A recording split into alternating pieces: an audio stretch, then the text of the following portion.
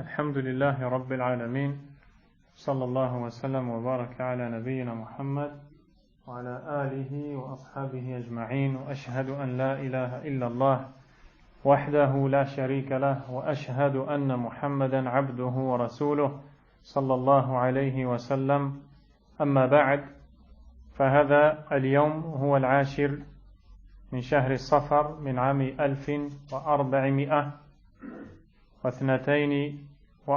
من هجرة النبي صلى الله عليه وسلم ونحن في المجلس الثاني في قراءة ودراسة هذه الرسالة القيمة للإمام ابن السعدي رحمه الله التي هي التوضيح والبيان لشجرة الإيمان.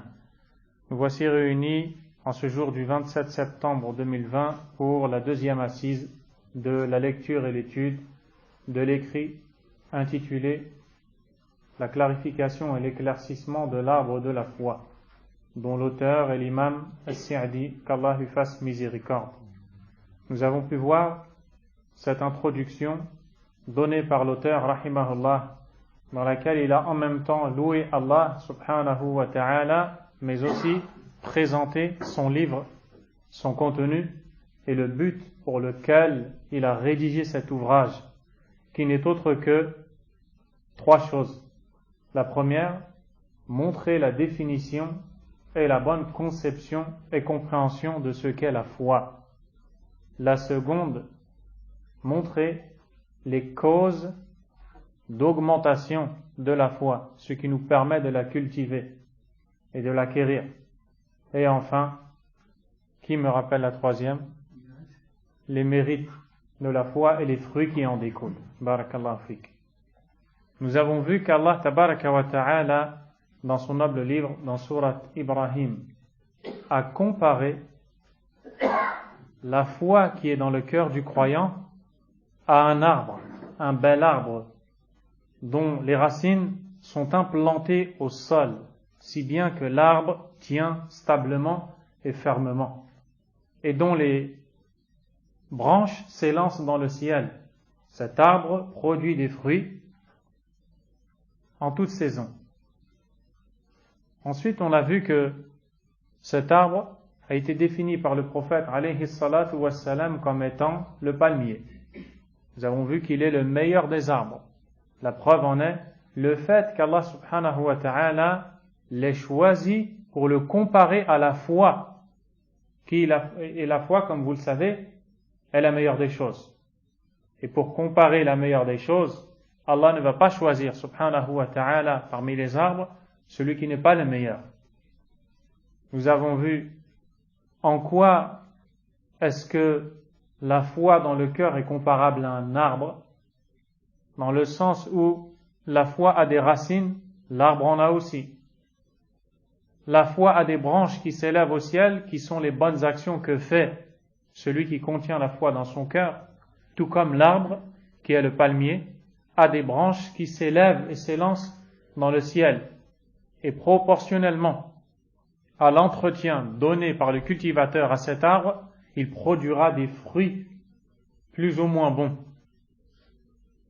Proportionnellement à l'environnement où est planté cet arbre, à l'humidité, la lumière, le fait de le nettoyer des mauvaises herbes, et j'en passe. Ce sont des éléments qui vont au final être la cause pour que cet arbre produise de bons fruits.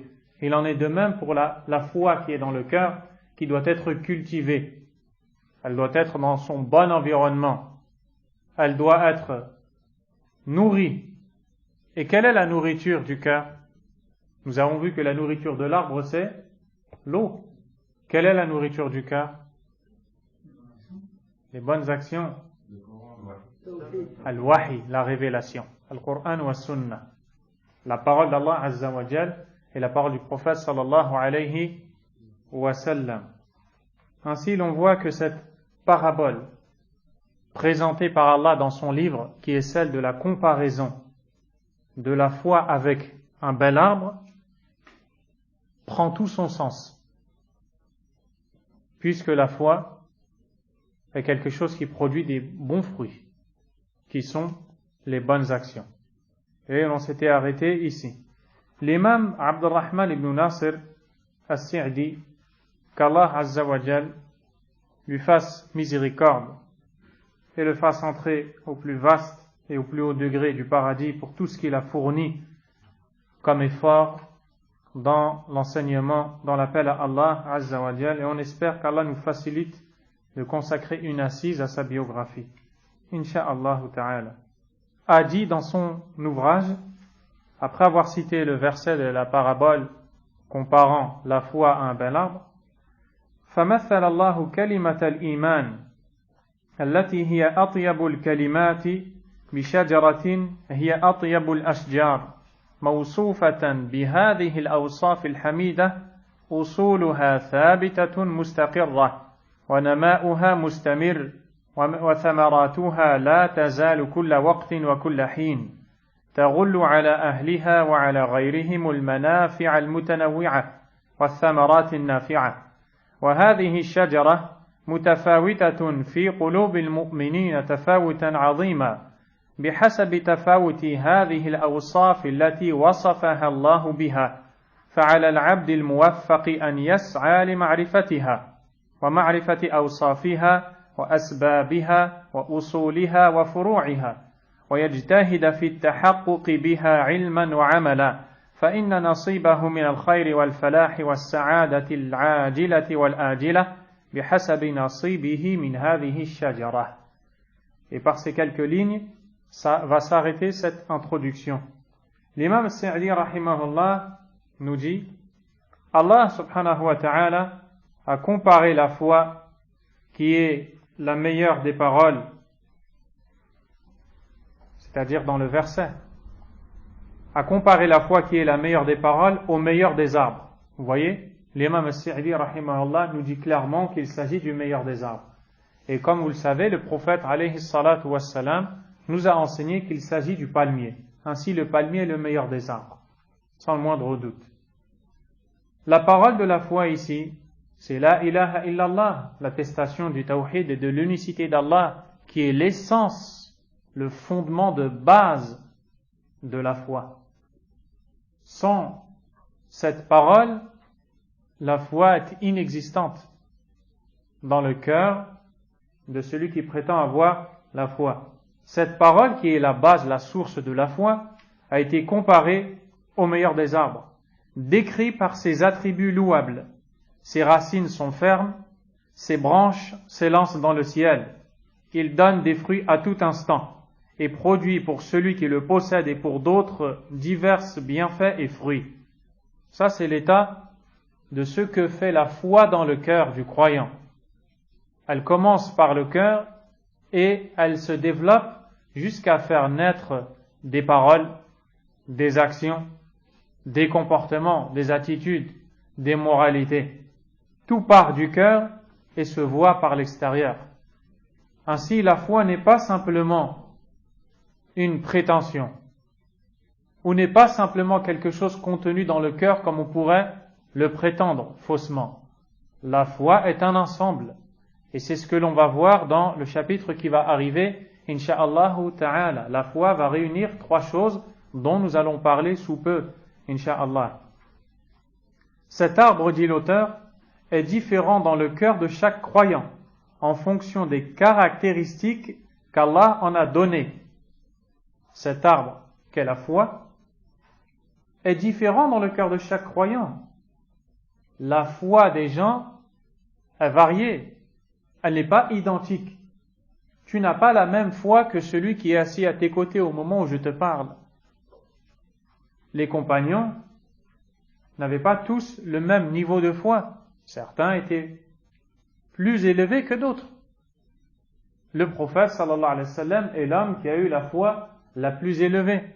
Et plus tu te rapproches de lui, apprends ta religion, et donc tu irrigues, ou tu abreuves, ou alors tu arroses et nourris cet arbre de la foi présent dans ton cœur, plus tu t'élèves. Plus cet arbre de la foi présent dans ton cœur fait grandir ces branches qui s'élanceront dans le ciel. Donc tu feras de bonnes actions. L'auteur a dit en fonction des caractéristiques qu'Allah en a données. lorsque l'on médite le verset, 4 caractéristiques sont données. Vous vous souvenez? Nous avions dit que la première est le fait que cet arbre a des racines qui sont fermes. Il en est de même pour la foi. Qu'est-ce qui va faire que la foi varie d'une personne à une autre? Les racines de cette foi, qui sont plus enracinées dans le cœur d'une personne que dans celui d'une autre. Résultat, la personne ayant les racines de la foi plus enracinées que l'autre dans son cœur va produire plus de bonnes actions. Peut-être pas plus, mais peut-être de meilleure qualité. Car Allah tabaraka wa ta'ala nous a créés et attend de nous voir faire les meilleures œuvres. Alladhi khalaqa al-mawta wal-hayat liyabluwakum ayyukum ahsanu amala. Et pas aktharu. Celui qui a créé la mort et la vie dans Surat al-Mulk, Allah Azza wa Jalla nous dit, d'après le sens rapproché, celui qui a créé la mort et la vie, afin de vous éprouver et voir qui d'entre vous sera le meilleur en œuvre. Et il n'a pas dit afin de voir qui d'entre vous fera le plus d'œuvres, mais le meilleur en œuvre. Et qu'est-ce qui fait que tes œuvres sont meilleures? On revient encore à ce sujet qui est cet arbre de la foi dans le cœur, dont les racines sont stables. Et ces racines, l'imam va en parler, Inch'Allah ta'ala. La deuxième caractéristique citée par ce verset, par Allah dans ce verset, subhanahu wa ta'ala, les branches s'élancent dans le ciel. Wa far'uha fis sama. Les bonnes actions que la personne fait. La troisième, c'est le fait que cet arbre donne des fruits par la permission d'Allah, subhanahu wa ta'ala.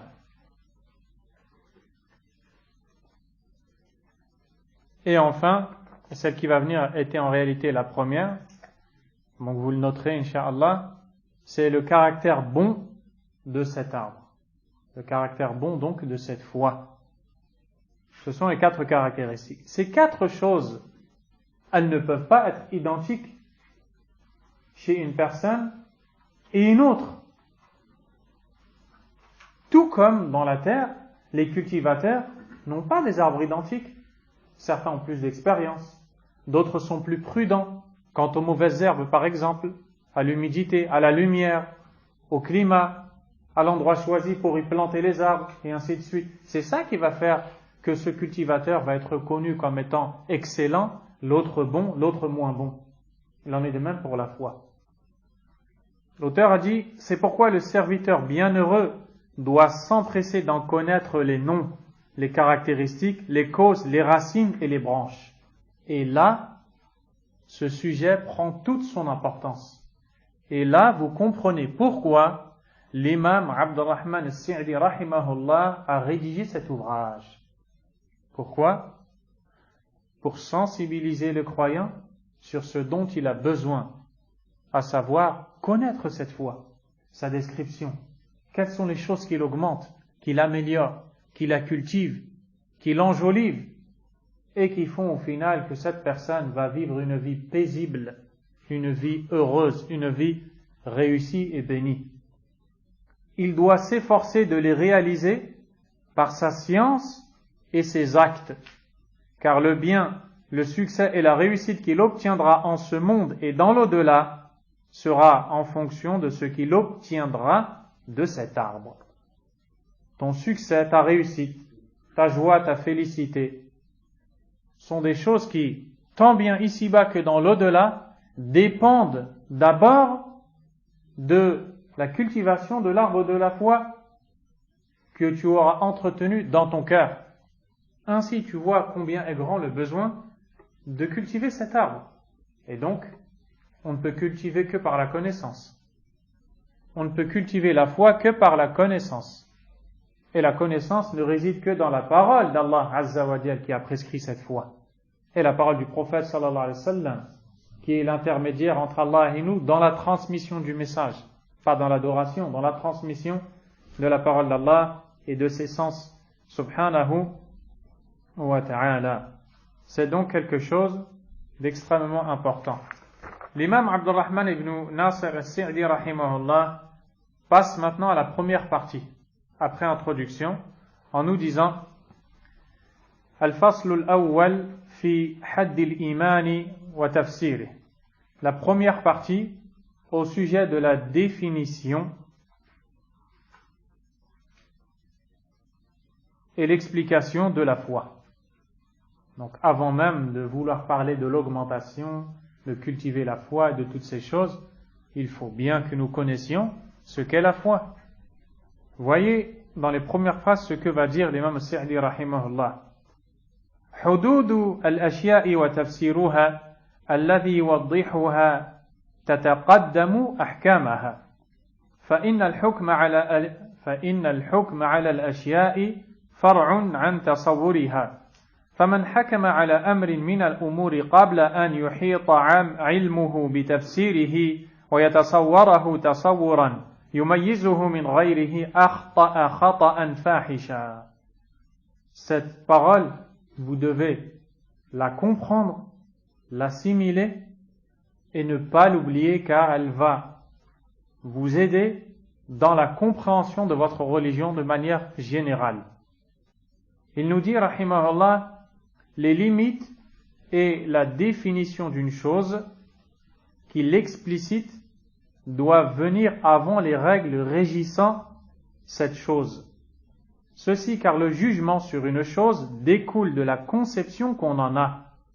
Ainsi, celui qui juge une chose avant de cerner sa définition et de la concevoir de manière à pouvoir la distinguer commet une erreur grossière. Ça, c'est une règle que les savants ont puisée du livre d'Allah Azza wa Jal et la sunna du prophète alayhi salatu wassalam. La règle est la suivante. Al-hukmu ala shay'i far'un an tasawwurihi. Al-hukmu ala shay'i far'un an tasawwurihi. Al-hukmu ala shay'i far'un an tasawwurihi. C'est-à-dire, le jugement pouvant être porté sur une chose dépend de la bonne conception qu'on en a. En d'autres termes, si tu veux me dire que cette chose est bonne ou mauvaise, donc si tu veux juger cette chose, bien ou moins bien, meilleure ou pire, tu as besoin en préalable de savoir de quoi il s'agit. C'est pour cela que beaucoup de gens font erreur dans le halal et le haram. Parce qu'ils portent des jugements sur des choses relatifs au licite et à l'illicite avant même d'en connaître la réalité. C'est pour cela également que certaines personnes se permettant d'émettre des fatawa, des avis religieux portant sur le licite et l'illicite, parfois même sur le domaine de la croyance ou sur des problèmes de couple, de divorce, de mariage, de commerce, de transactions où il y a des ventes, achats, etc. Ces gens se permettent de dire licite, illicite. Et connais-tu le cas précis? Car le jugement porté sur ce cas dépend de ta conception que tu en as. Revenons maintenant au sujet de la foi. Que peut-on dire de la foi sans en avoir la bonne conception? Celle qu'Allah Azza wa Jal a voulu de nous.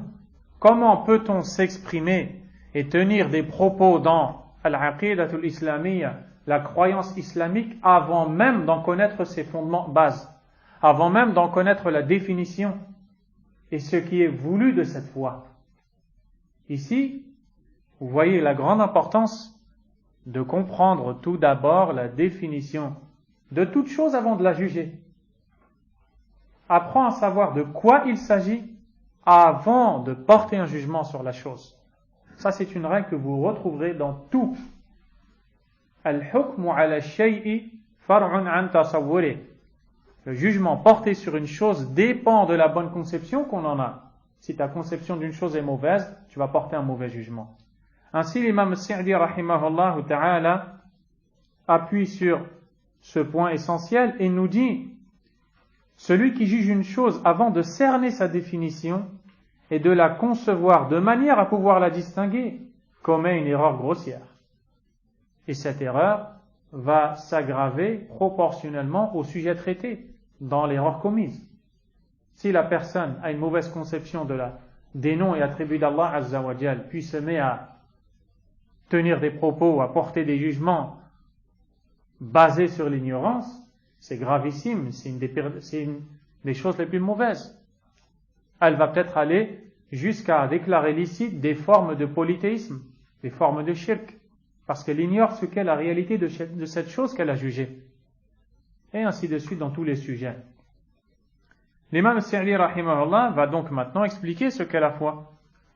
Amma haddul imani wa tafsiruh فهو التصديق الجازم والاعتراف التام بجميع ما أمر الله ورسوله بالإيمان به والانقياد له ظاهرا وباطنا فهو تصديق القلب واعتقاده المتضمن لأعمال القلوب وأعمال البدن وذلك شامل للقيام بالدين كله ولهذا كان الأئمة والسلف يقولون الإيمان قول القلب واللسان وعمل القلب واللسان والجوارح وهو قول وعمل واعتقاد يزيد بالطاعة وينقص بالمعصية.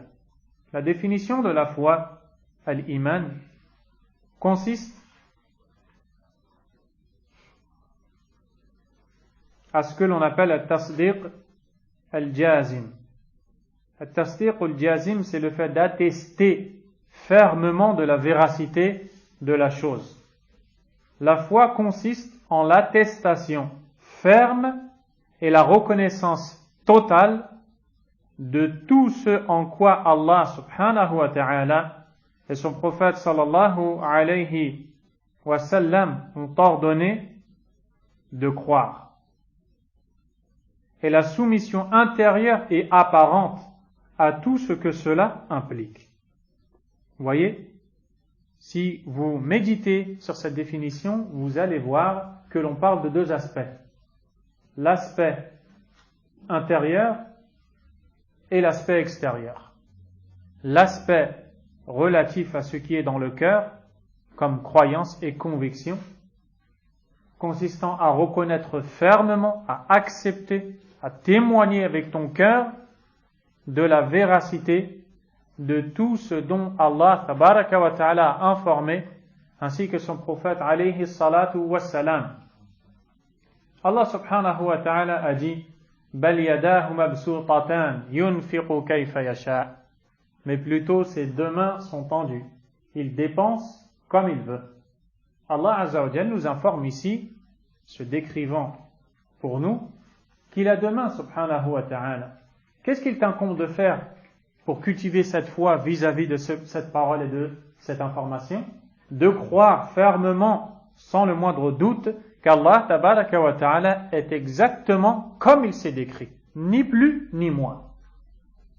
On ne te demande pas ici de discuter, de polémiquer, de vouloir altérer le sens de ce qu'Allah t'enseigne, subhanahu wa ta'ala. On te demande de croire.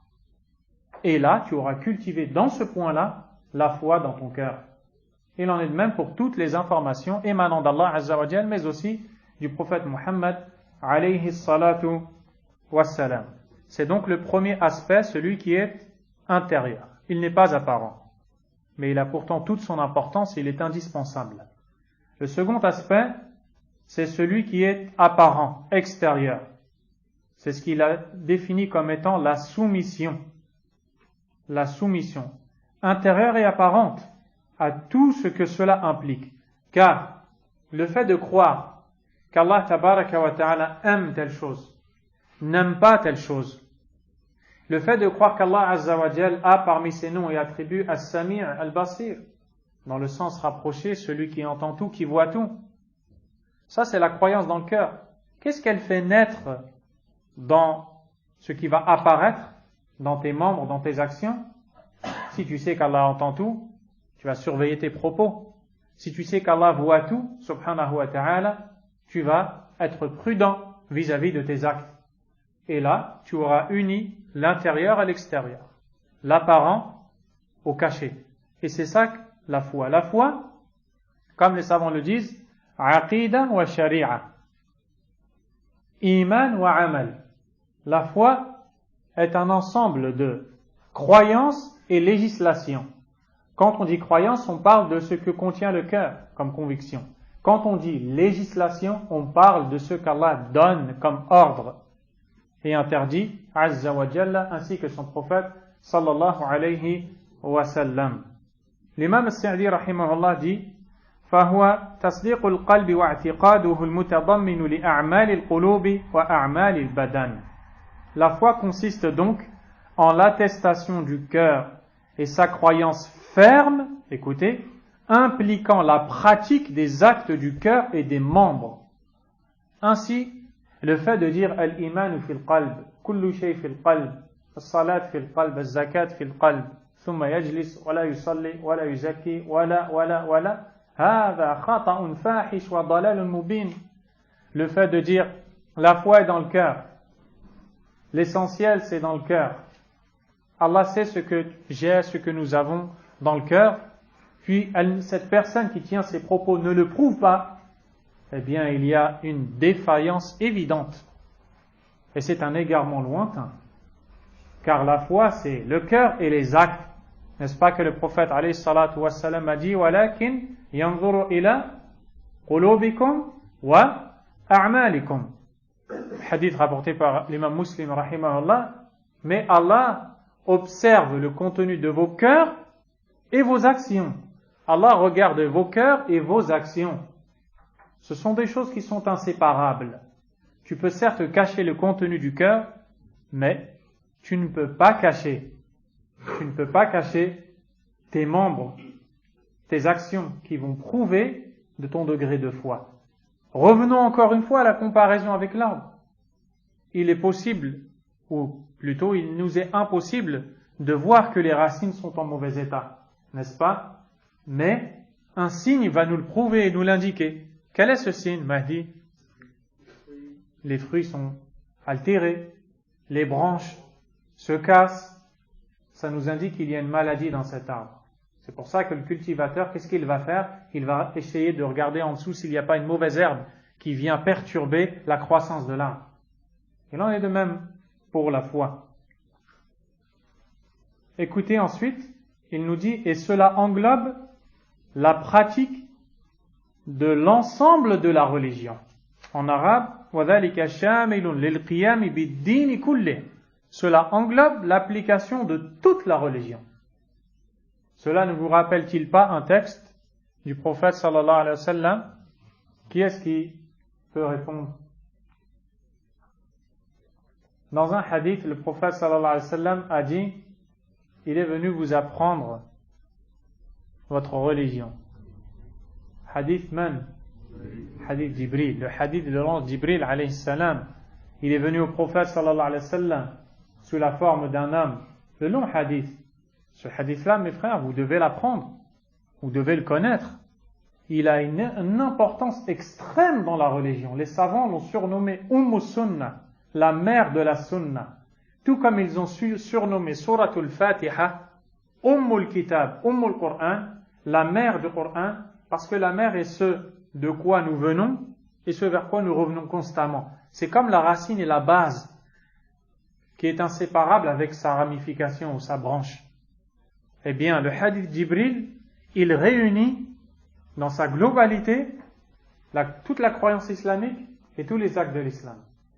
Parce que toutes les croyances islamiques découlent des 6 piliers de la foi qui sont mentionnés dans le hadith Jibril.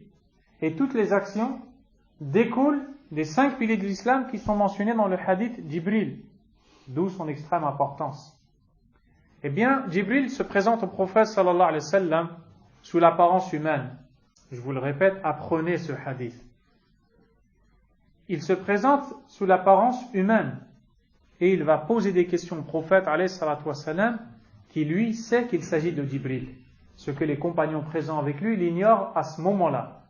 Il va les en informer plus tard.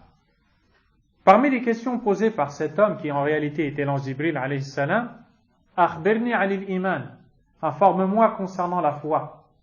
Et là le prophète alayhi salatu wassalam va lui enseigner ce que sont les 6 piliers de la foi. Puis il va lui dire Sadaqt, tu as dit vrai. Les compagnons vont s'étonner de voir un étranger interroger et confirmer la véracité des propos de celui qui a répondu. Alors ça va attirer davantage leur attention. Il va lui dire Fa akhbirni anil islam, informe-moi de ce qu'est l'islam. Le prophète alayhi salatu wassalam va lui répondre en lui transmettant les 5 piliers de l'islam. Puis d'autres questions relatives au jour dernier et à ses signes. Lorsque Jibril s'en va, lorsque cet homme inconnu des compagnons s'en va, qui est Jibril en réalité, alayhi salam, le prophète sallallahu alayhi wa sallam dit « Innahu Jibril ataakum yu'allimukum dinakum » Il s'agissait de Jibril qui est venu vous enseigner votre religion. Il est venu vous enseigner votre religion. Quelle est cette religion? Aqida wa a'mal. Des croyances et des actions. Où cela? Des croyances quand il a énoncé les 6 piliers de la foi et des actions quand il a présenté les 5 piliers de l'islam. Pour cela, l'imam Sa'di rahimahullah a dit ce que nous venons de lire, à savoir, et cela englobe la pratique de l'ensemble de la religion. Plus loin, il dit, c'est pour cette raison que les imams, parmi les pieux prédécesseurs, et ce qui va venir est la définition de la foi donnée, écoutez bien, à l'unanimité par les salafs, les pieux prédécesseurs. Les pieux prédécesseurs disaient, la foi, en arabe al-iman, consiste en une parole du cœur et de la langue, et en des actes du cœur, de la langue et des membres. Je répète, la foi consiste en une parole du cœur et de la langue, et en des actes du cœur, de la langue et des membres. J'ai besoin de répéter?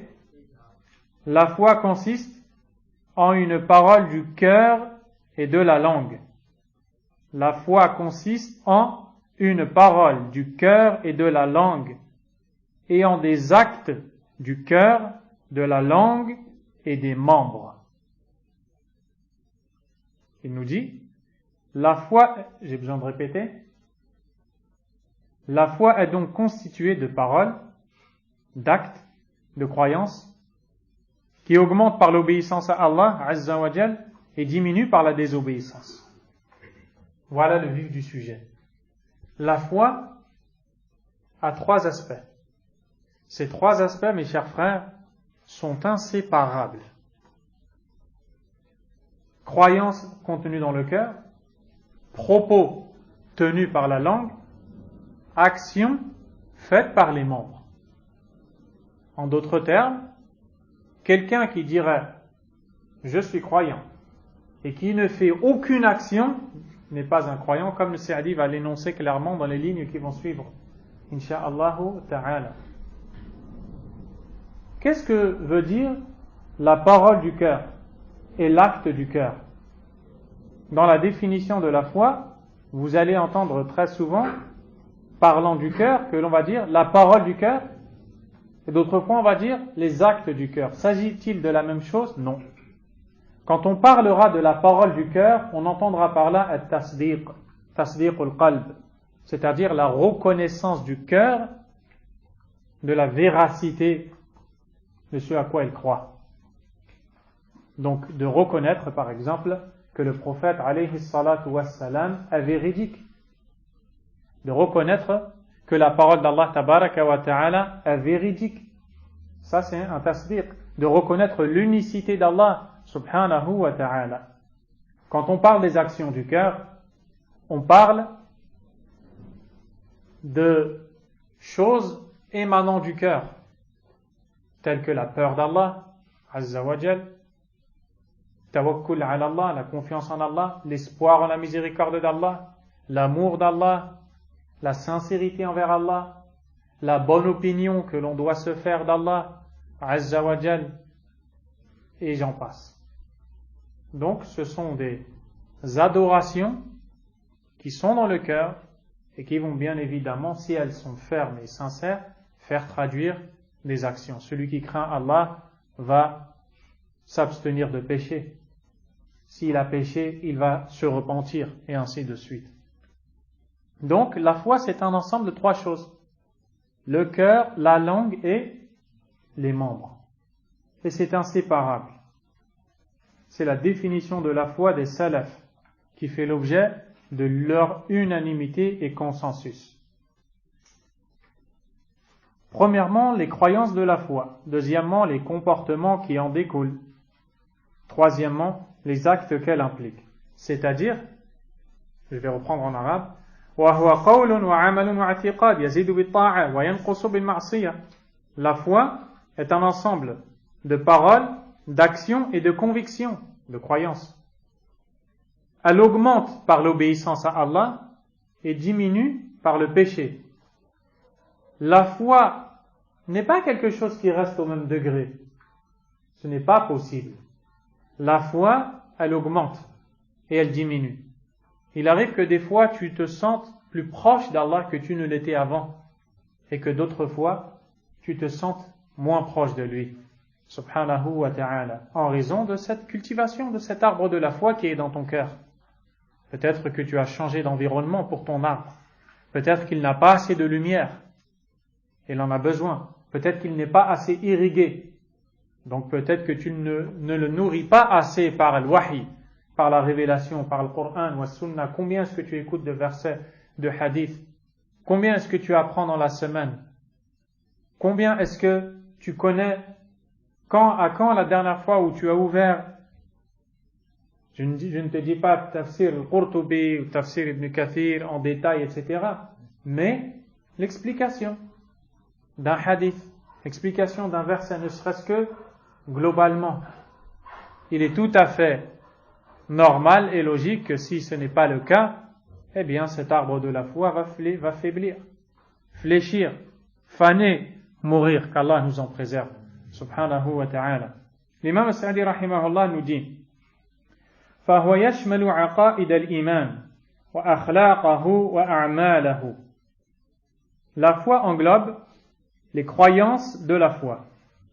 Donc, les 6 piliers de la foi, la croyance au djinn, la croyance au paradis, la croyance à l'enfer, la croyance au châtiment de la tombe, aux délices de la tombe, la croyance au jugement, la croyance au pont sur lequel les croyants passeront pour être conduits au paradis et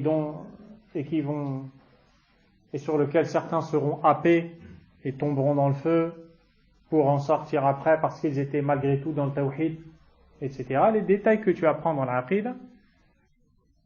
Deuxièmement, wa akhlaqahu, les comportements qui en découlent, car les comportements découlent de la foi.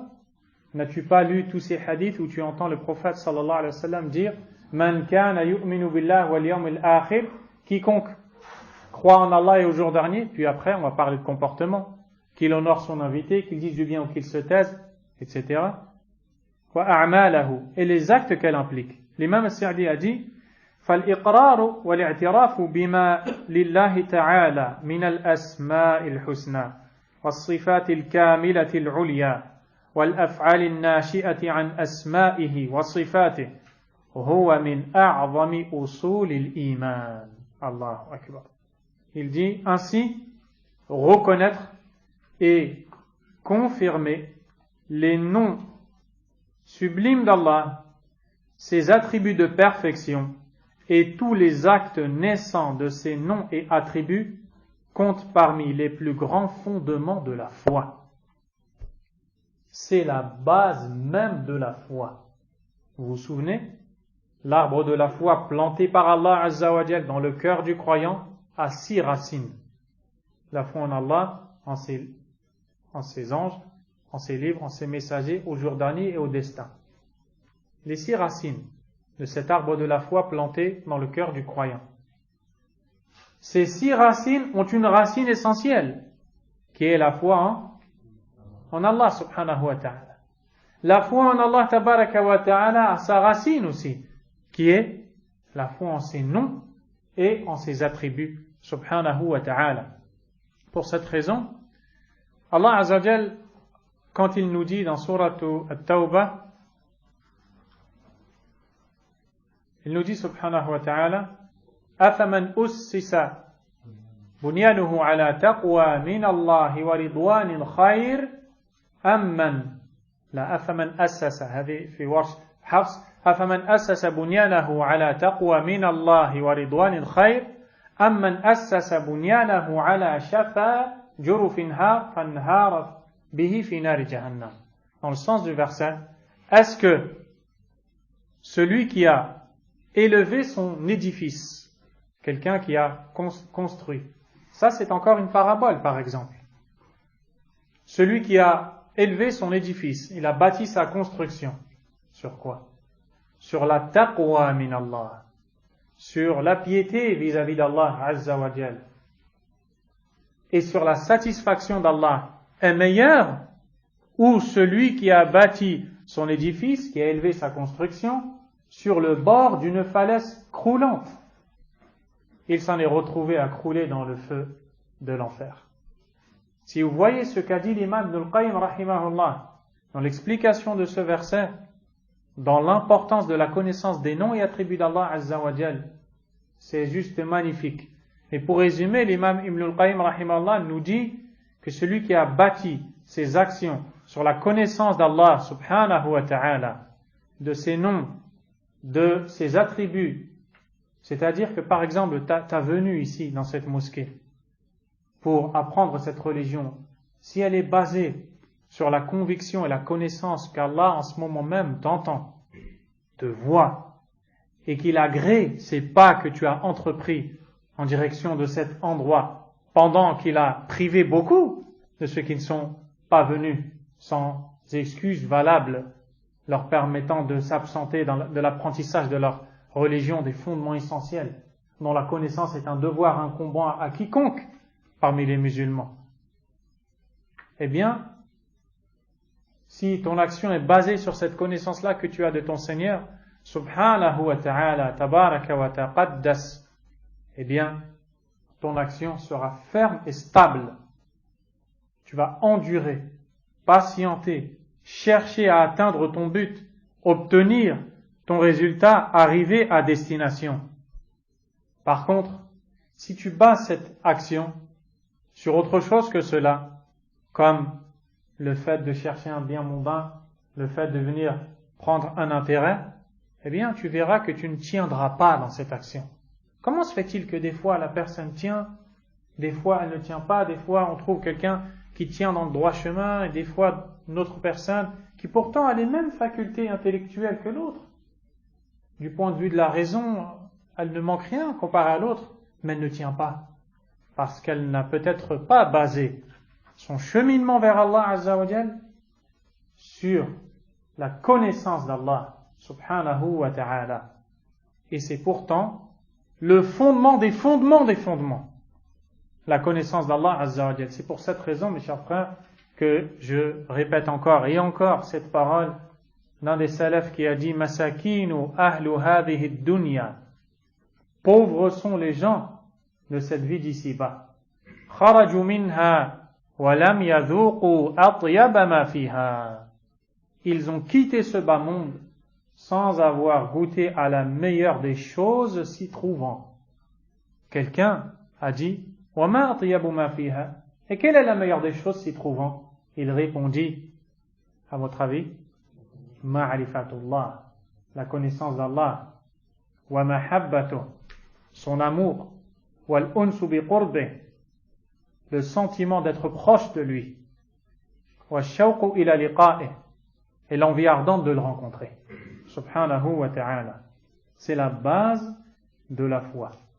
Nas'alullah azza wa jalla an yunammiya al-iman fi qulubina. Nous demandons à Allah de cultiver cette foi dans nos cœurs. Subhanahu wa ta'ala. L'imam al-Sa'di rahimahullah nous dit وكذلك الاعتراف بما لله من الحقوق الخاصة ومن التأله والتعبد لله ظاهرا وباطنا من أصول الإيمان.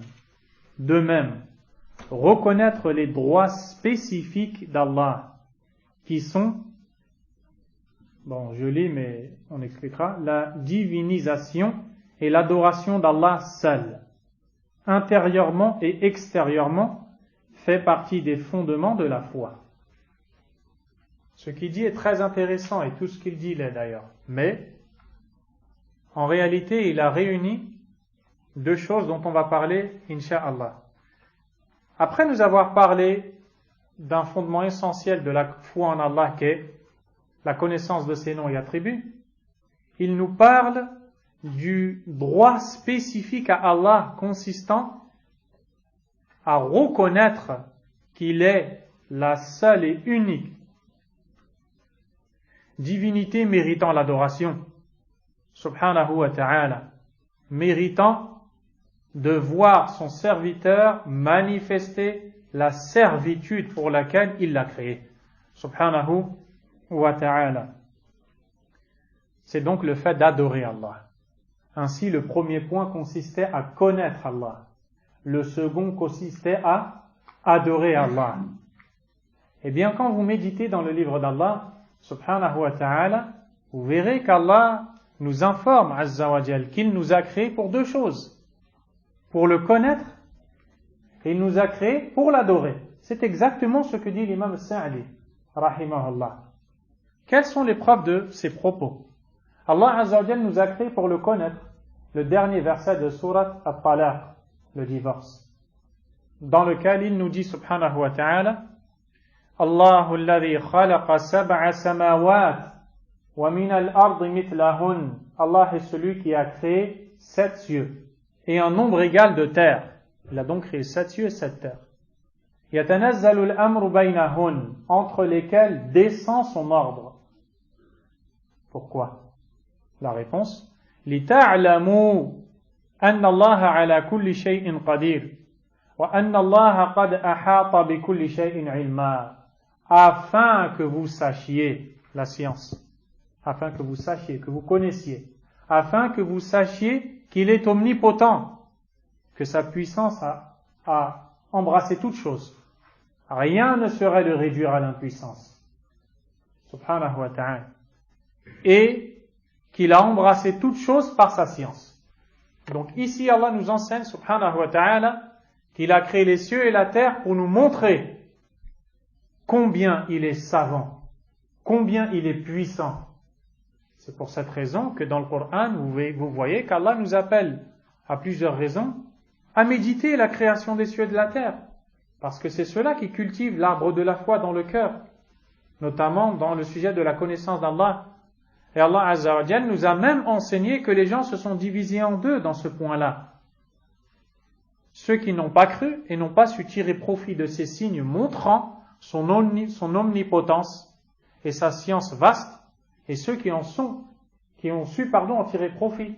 Dans Surat Sad, Allah azza wa jal nous dit وَمَا خَلَقَنَا السَّمَاءَ وَالْأَرْضَ وَمَا بَيْنَهُمَا بَاطِلًا. Et nous n'avons pas créé les cieux et la terre et ce qu'il y a entre les deux inutilement. ذَلِكَ ظَنُّ الَّذِينَ كَفَرُوا. Telle est l'idée que les mécréants se sont fait. فَوَيْلٌ لِلَّذِينَ كَفَرُوا مِنَ النَّارِ.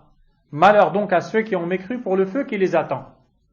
Et dans Surat Ali Imran, Allah azza wa jal nous dit إِنَّ فِي خَلْقِ السَّمَاوَاتِ وَالْأَرْضِ وَاخْتِلَافِ اللَّيْلِ وَالنَّهَارِ لَآيَاتٍ لِأُولِي الْأَلْبَابِ. Il y a certes dans la création des cieux et de la terre, l'alternance de la nuit et du jour, des signes pour les gens doués de raison. Qui sont-ils? الَّذِينَ يَذْكُرُونَ اللَّهَ قِيَامًا وَقُعُودًا وَعَلَى جُنُوبِهِمْ. Ceux qui évoquent Allah debout, assis et couchés sur leurs flancs. وَيَتَفَكَّرُونَ فِي خَلْقِ السَّمَاوَاتِ وَالْأَرْضِ. Et qui méditent la création des cieux et de la terre. À quoi est-ce que cela les amène? Eh bien, ils disent رَبَّنَا مَا خَلَقْتَ هَذَا بَاطِلًا. Ô notre Seigneur, tu n'as pas créé tout cela inutilement. Ils ont donc appris à connaître Allah. Ils se sont dit, si tout ceci est parfait, il est impossible que celui qui les a créés les ait créés inutilement. Et là, qu'est-ce qu'ils ont fait? Et ils ont entretenu et cultivé dans leur cœur leur connaissance d'Allah, subhanahu wa ta'ala, à travers l'observation de ces signes. Et c'est pour ça que, chers frères, certains salafs disaient min al-ibadat al-muhmala al-matruka, parmi les actions abandonnées et délaissées, at-tafakkur, la méditation. C'est pour ça que certains salafs s'asseyaient pour méditer. Et ils disaient tafakkur sa'a, le fait de méditer un moment est meilleur pour moi que ceci et cela. L'essentiel, on voit donc que Allah azza wa jal ici nous montre qu'il nous a créés pour le connaître. Il nous a créés pour l'adorer. En sourate Az-Zariyat, il nous dit à la fin de la sourate en plus. وَمَا خَلَقَتُ الْجِنَّ وَالْإِنسَ إِلَّا لِيَعْبُدُونَ. Et je n'ai créé les djinns et les hommes que pour qu'ils m'adorent. Ainsi, dans ce verset, il nous montre qu'il nous a créés pour l'adorer. Et ce tawhid que l'on doit concrétiser pour Allah se divise en deux. Tawhidun ilmi wa tawhidun amali. Un tawhid scientifique et un tawhid consistant en des actions. Eh bien, le tawhid scientifique, c'est la connaissance d'Allah Azza wa Jal. Et les actions, c'est l'adoration d'Allah Subhanahu wa ta'ala. Et ce qui vient d'être dit, c'est le premier fondement de la foi. L'imam Sa'di rahimahullah a dit والاعتراف بما أخبر الله به عن ملائكته وجنوده والموجودات السابقة واللاحقة والإخبار باليوم الآخر كل هذا من أصول الإيمان وكذلك الإيمان بجميع الرسل صلوات الله وسلامه عليهم وما وصفوا به في الكتاب والسنة من الأوصاف الحميدة كل هذا من أصول الإيمان. Il nous dit, de même que la confirmation de tout ce dont Allah Azza wa Jal nous a informé concernant ses anges, ses armées, les existences passées et futures. Les existences passées et futures, c'est-à-dire les créatures d'Allah Azza wa Jal, passées et futures. Et tout ce qui concerne le jour dernier. Tout cela fait partie des fondements de la foi. De même que la croyance en l'ensemble des messagers et en la description louable qui en a été faite dans le Coran et la Sunna, tout cela fait partie des fondements de la foi. Donc le fait de croire aux anges, le fait de croire aux messagers. Celui qui ne croit pas à un ange n'a pas cru. Celui qui ne croit pas à un des messagers n'a pas cru. Dans l'islam, il est obligatoire de croire en tous les messagers. Ceux dont les noms, les actions nous ont été enseignés en détail, notre devoir vis-à-vis d'eux est de croire à tous ces détails. Ceux qui nous ont été cités de manière globale, notre devoir vis-à-vis d'eux est de croire dans la globalité. Ce qui a été détaillé doit être cru en détail, ce qui a été global doit être cru globalement. C'est le devoir du croyant. Ainsi, si l'on connaît les noms des anges, par exemple, leurs fonctions, eh bien, on doit y croire. Et on doit dire, par exemple, Jibril alayhi salam est l'ange qui apporte la révélation.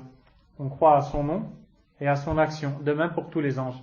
Si l'on a une description physique, Jibril a 600 ailes par lesquelles il a recouvert tout l'horizon, comme l'a vu le prophète sallallahu alayhi wa sallam. Eh bien, on doit croire à cette description. Et ainsi de suite, quand des détails nous sont donnés. Pareil pour les messagers. Nous devons croire qu'ils ont été envoyés par Allah, subhanahu wa ta'ala. Nous devons croire qu'ils ont tous appelé au même message, à l'unicité et l'adoration d'Allah, subhanahu wa ta'ala, et au combat du polythéisme sous toutes ses formes. Voilà ce qu'est la foi aux messagers de manière globale, bien évidemment. Et tous les détails qui nous ont été donnés, nous devons y croire et y adhérer. L'imam Sa'di, rahimahullah, a dit كما أن من أعظم أصول الإيمان الاعتراف بانفراد الله بالوحدانية والألوهية وعبادة الله وحده لا شريك له وإخلاص الدين لله والقيام بشرائع الإسلام الظاهرة وحقائقه الباطنة كل هذا من أصول الإيمان. L'imam Sa'di nous dit donc, de même, parmi les plus grands fondements de la foi, premièrement, reconnaître la singularité d'Allah dans l'unicité et la divinité. Donc vous avez compris, reconnaître le tawhid d'Allah Azza wa Jal. La seconde, l'adoration d'Allah seul et sans associé, car après avoir reconnu son unicité, on passe à l'acte, consistant à l'adorer seul et sans associé. La troisième, ne vouer la religion qu'à Allah, car quand on adore Allah, on doit l'adorer sincèrement, car il se peut qu'une personne fasse un acte d'adoration, mais au final, cet acte est voué à autre qu'Allah, ou alors il est voué à Allah en partie et à autrui en partie. Cet acte deviendrait alors vain, rejeté par Allah subhanahu wa ta'ala. Quatrièmement, appliquer les lois apparentes de l'islam et ce que cela implique intérieurement. Tout cela fait partie des fondements de la foi.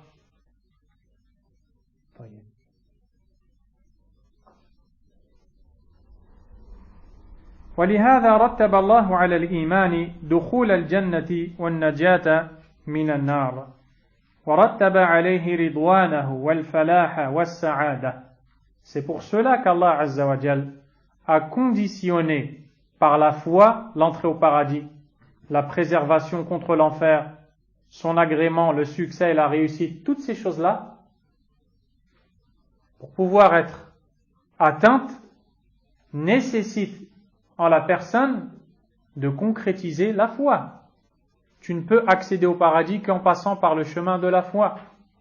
Être préservé de l'enfer, qu'en passant par le chemin de la foi.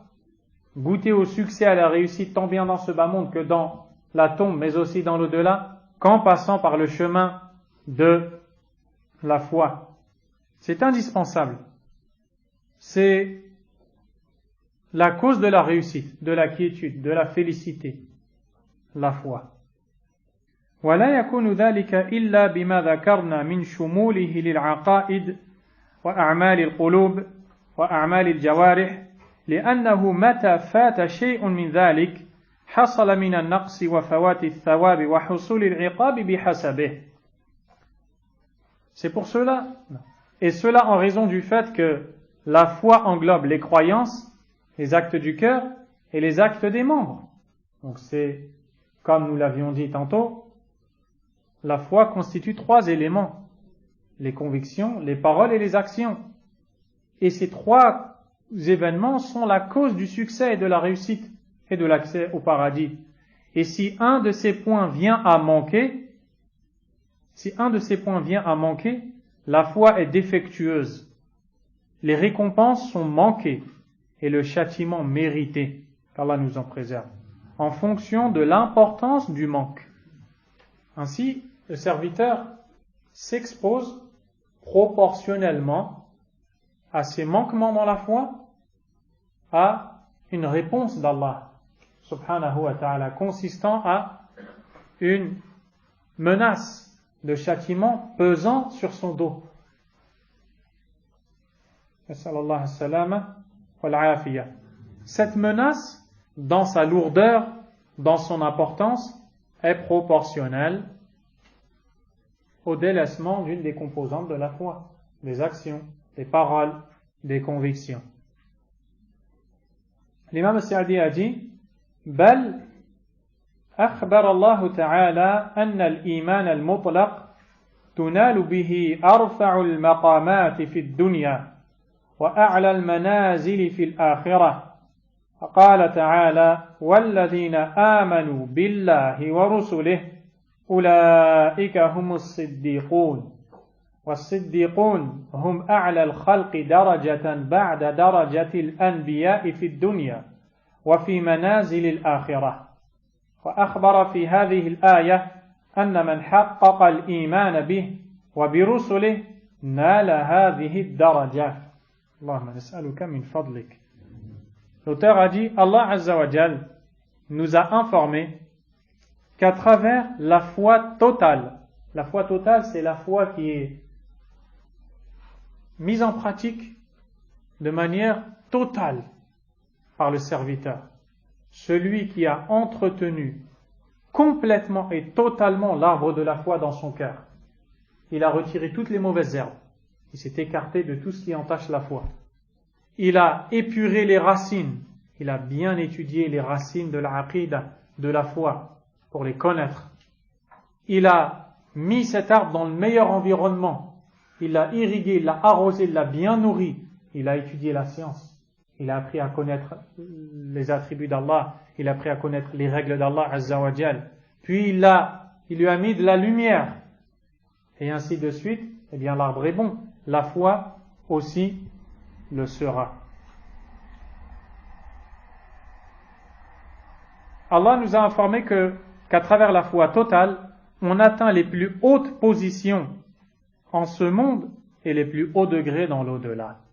Ainsi il dit, dans le sens rapproché du verset, ceux qui ont eu foi en Allah et en ses messagers, ceux-là sont les véridiques. Ceux-là sont les véridiques. On parle donc de ceux qui ont eu la foi. Et vous allez voir de quel genre de personnes on parle. Pas seulement de ceux qui ont cru en Allah et en ses messagers, mais ceux qui ont eu la foi véritable, forte, totale. Ils l'ont cultivée, ils l'ont alimentée, ils l'ont augmentée. Ils n'ont pas délaissé quelque chose relatif à la foi sans le faire. Quelque chose entachant la foi sans le délaisser et l'abandonner. Ceux-là sont as-siddiqoun, les véridiques. Et les véridiques occupent au paradis les plus hauts degrés après les prophètes. Cela Allah Azza wa Jalla a dit dans sourate An-Nisa, وَمَنْ يُطِعِ اللَّهَ وَالرَّسُولِ, et quiconque obéit à Allah et aux messagers, فَأُولَٰئِكَ مَعَ الَّذِينَ أَنْعَمَ اللَّهُ عَلَيْهِمْ, voilà ceux qui seront avec ceux qu'Allah a comblés de ses bienfaits. Qui sont-ils? Minan nabiyyin, parmi les prophètes, was-siddiqin, les véridiques, was-shuhada, les martyrs, was-salihin, et les vertueux. Wa hasuna ulaika rafiqa, et quelle bonne compagnie que sont ces gens-là. L'imam Sa'di, nous dit, et les véridiques sont les créatures qui sont au plus haut degré après les prophètes dans ce monde et dans l'au-delà. Allah Azza wa Jal nous informe que celui qui réalise cette foi, donc il concrétise l'iman, qui réalise cette foi en lui et en ses prophètes, atteint ce degré. Il atteint ce haut degré. Il dit ensuite, وَيُفَسِّرُ ذَلِكَ وَيُوَضِّحُ مَا ثَبَتَ فِي الصَّحِيحَيْنِ عنه صلى الله عليه وسلم قال إن أهل الجنة ليتراءون أهل الغرف في الجنة كما تراءون الكوكب الشرقي أو الغربي في الأفق لتفاضل ما بينهم. L'imam al-Bukhari et Muslim rapportent ce hadith qui est une preuve utilisée par les savants de la sunna pour montrer que les gens n'ont pas le même degré de foi et que la foi est différente d'une personne à une autre et donc elle augmente et elle baisse. Allah Azza wa Jal, et cela est explicité par la parole du prophète sallallahu alayhi wa sallam. Les gens du paradis verront ceux qui sont dans les demeures élevées au paradis, ce que l'on appelle en arabe al-ghuraf. Al-ghuraf fil jannah, ce qui est appelé al-ghuraf, le pluriel de ghurfa, c'est un degré élevé, un endroit élevé au paradis. Ils verront ceux qui sont dans les demeures élevées au paradis de la même manière que vous voyez les étoiles à l'est ou à l'ouest dans le ciel. Et ceci en raison de la différence de degré qu'il y a entre eux. Dans quoi, mes frères? Répondez. Dans la foi. On peut dire dans la science, mais là, la science, il n'y a pas de foi sans science, donc ça rentre dedans, ça en fait partie. Donc en raison du degré de différence entre eux dans la foi, eh bien il y a des degrés de différence entre eux au paradis. Là nous parlons de gens qui sont dans le paradis, ils sont en train d'observer les faveurs par lesquelles Allah les a comblés en les élevant dans des degrés supérieurs, à tel point qu'il les, comment dit-on, il les contemple. Il les contemple dans leur beauté, dans leur élévation, parce qu'ils sont ceux qui se sont fatigués dans cette vie d'ici-bas à cheminer vers Allah comme il se devait. Ils ont donc réussi. Le hadith n'est pas fini. Les compagnons ont dit فقالوا يا رسول الله تلك منازل الأنبياء لا يبلغها غيرهم قال بلى والذي نفسي بيده رجال آمنوا بالله وصدقوا المرسلين. Allah Akbar. Les compagnons radiyallahu anhum dirent ô messager d'Allah, ce sont les degrés des prophètes qu'aucun autre en dehors d'eux n'atteindra. Il répondit alors au contraire, par celui qui détient mon âme dans sa main, ce sont des hommes qui ont cru en Allah et ont cru comme il se doit aux messagers. Regardez les degrés qu'Allah leur a fait atteindre. Vous comprendrez donc qu'on ne parle pas simplement de la base de la foi en Allah et aux messagers, mais on parle de la concrétisation totale et complète de la foi en Allah Azza wa Jal et aux messagers et de tout ce que cela et de tout ce qui découle de cela comme action, comme délaissement de choses interdites. L'imam As-Sa'di rahimahullahu ta'ala a dit, où est-ce que je me suis arrêté? Non. وإيمانهم بالله وتصديقهم للمرسلين في ظاهرهم وباطنهم في عقائدهم وأخلاقهم وأعمالهم وفي كمال طاعتهم لله ولرسله فقيامهم بهذه الأمور به يتحقق إيمانهم بالله وتصديقهم للمرسلين. Ils ont cru en Allah et déclaré véridiques les messagers en apparence, mais aussi intérieurement, dans leurs croyances, leurs comportements, leurs actes et dans la perfection de leur obéissance à Allah et ses messagers. Leur application de ces choses vient confirmer leur croyance en Allah et aux messagers. L'imam As-Sa'di, rahimahullah, nous montre donc de manière explicite que ces gens-là ne se sont pas contentés de croire, à savoir d'attester de la véracité des propos d'Allah Azza wa Jalla et des messagers, mais ils ont fait suivre cela de tout ce qui en découle. Tu as croyance en ton prophète Muhammad alayhi salatu wassalam, donc tu appliques sa sunna. Tu délaisses tout ce qui contredit sa voie bénie qu'est la sunna, et ainsi de suite. Leurs actions, leurs comportements aussi. Car la foi, c'est aussi des comportements, à l'image de ces fruits produits par ce bel arbre qui a bien été entretenu. Qu'est-ce que sont ces fruits, si ce n'est la façon de te conduire, de te comporter avec autrui? C'est pour ça qu'il y a plein de hadiths et plein de versets, plein de adab dans l'islam qui ordonne le comportement que doit avoir le croyant, qu'Allah Azza wa Jal nous offre les meilleurs des comportements. Car sans l'aide d'Allah Azza wa Jal, comme a dit le Cheikh Mohammed ibn Abdel Wahhab al-Wasabi, rahimahullah, un savant du Yémen, certains étudient, mais ils sont comme des musajjil. Ils sont comme un enregistreur. Il enregistre, il appuie sur play, il te répète tout ce qui a été dit. Et ça ne veut pas dire qu'il a compris, que ça a atteint son cœur, et que ça a changé sa vie dans des actions, dans tes comportements. Et ça demande l'aide d'Allah. Subhanahu wa ta'ala. Allahumma a'inna ala dhalik. Allahumma a'inna ala dhalik. Allahumma a'inna ala dhalik. Bi rahmatika ya dhal jalali wal ikram. Ya mannan, innaka ala kulli shay'in qadir. Quiconque concrétise la foi en Allah et en ses messagers, avec tout ce que cela implique, atteint les plus hauts degrés de la foi. L'imam Sa'di rahimahullah continue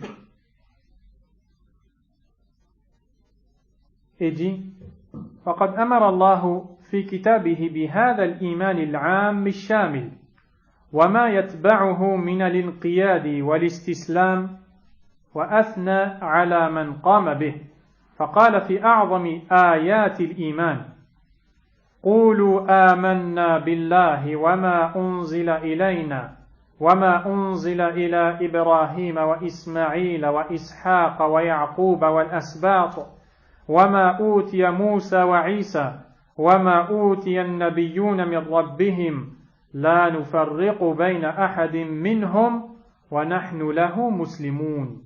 فأمر الله عباده بالإيمان بجميع هذه الأصول العظيمة والإيمان الشامل بكل كتاب أنزله الله وبكل رسول أرسله الله وبالإخلاص والاستسلام والانقياد له وحده بقوله وَنَحْنُ لَهُ مُسْلِمُونَ.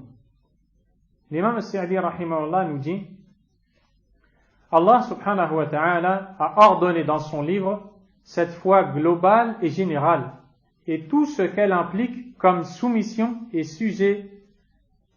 Comment est-ce que l'on lit? Suggestion.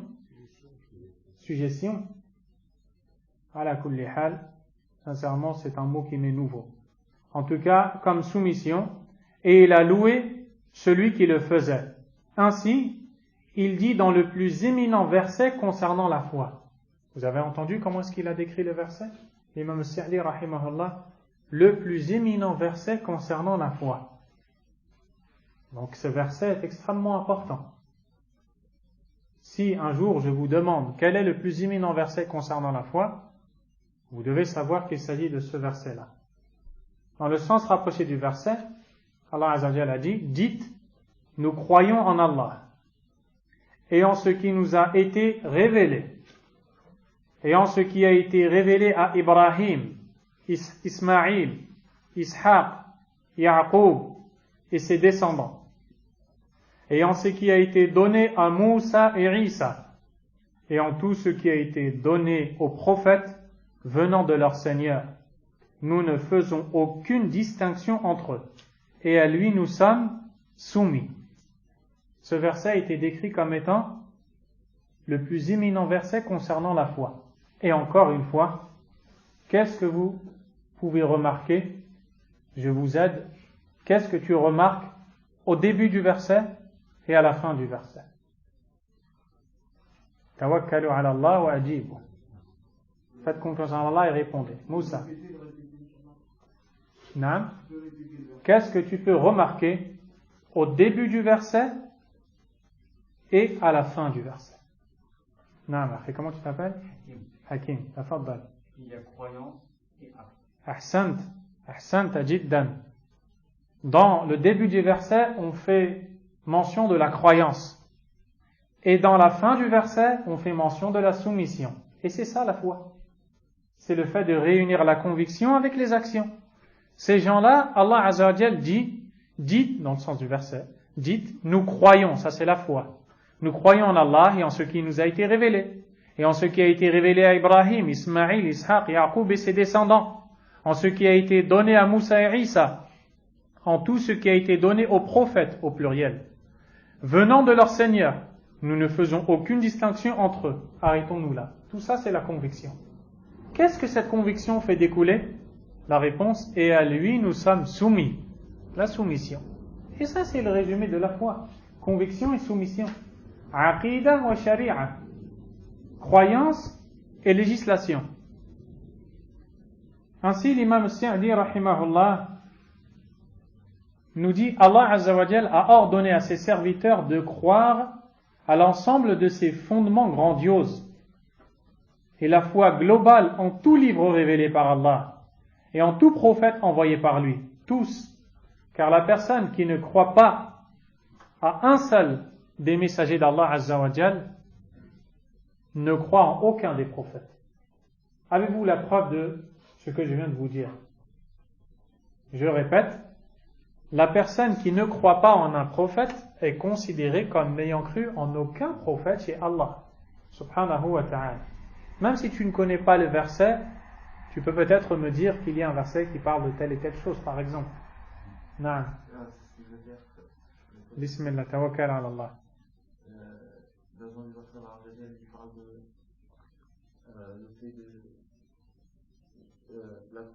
de croire au prophète Nour et de ceux qui ont suivi. Son peuple n'avait pas vu ceux qu'ils avaient suivis. Ahsan. citer les autres. Le verset كذبت قوم نوح المرسلين.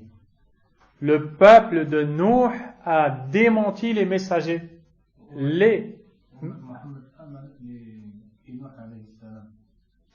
نعم ولكن ليس هذا. Le peuple de Nuh a démenti les messagers. أول رسول نوح عليه السلام. Le premier messager c'est Nuh. هم كذبوا أول رسول ولا يوجد رسول قبله ومع ذلك قال الله عنهم كذبت قوم نوح المرسلين لأنهم كذبوا بواحد فهم عند الله كالذين يكذبون بالجميع. واضح؟ Ces gens-là ont démenti un messager qui est Nuh. Et Nuh c'est le premier des messagers. Quelle est la preuve que Nuh est le premier messager? أول من يسأل يوم القيامة نوح عليه السلام. Là, ce n'est pas Nuh le premier qui est interrogé يوم القيامة.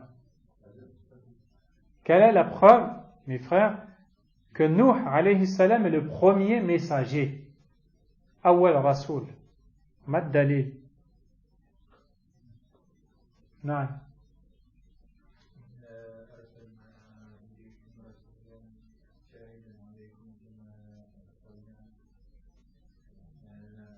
أخطأت. Tu apprends l'usul al-thalatha. C'est pour ça que tu t'es trompé. Tu étais un peu plus loin dans l'ordre. La réponse, c'est le hadith. Bon, il y a le verset que tu voulais citer. Inna awhayna ilayka kama awhayna ila Nuhin wa nabiyina min ba'di. Ce n'est pas ce verset-là. Je veux dire, c'est pas ce verset-là que tu voulais dire et c'est pas aussi ça que je voulais citer, même si c'est une preuve. Il y a un hadith. Itu Nuhan awwala rasulin ba'athahu Allah ila ahli al-ard. Le hadith de Shafa'a est rapporté à la fin de Sahih al-Bukhari, Kitab al-Tawhid, le chapitre sur le Tawhid, hadith rapporté par Anas ibn Malik radiyallahu anhu, où l'on voit l'intercession qui sera donnée au prophète alayhi salatu wassalam pour pouvoir démarrer le jugement. Et que quand les gens iront voir tous les messagers, chacun repoussera vers les autres jusqu'à ce qu'ils arriveront au prophète Mohammed alayhi salatu wassalam. Quand ils iront à Adam, Adam leur dira allez voir Nuh, c'est le premier messager envoyé par les gens, envoyé par Allah aux gens de la terre. Revenons maintenant au peuple de Nuh qui a été considéré comme ayant démenti les messagers alors qu'ils vivent avec le premier messager n'ayant été précédé par aucun. Et ce peuple-là n'a pas vu les autres messagers après. En démentant Nuh alayhi salam, Allah azza wa jalla a dit d'eux qu'ils ont démenti tous les messagers. Résultat, ne pas croire à un messager revient à ne pas croire à l'ensemble chez Allah subhanahu wa ta'ala. On s'arrête ici, insha'Allah. Wallahu ta'ala a'lam. Wa sallallahu wa sallam wa baraka ala nabiyyina Muhammad wa alihi wa ashabihi ajma'in. Subhanakallahumma wa bihamdik. أشهد أن لا إله إلا أنت أستغفرك وأتوب إليك.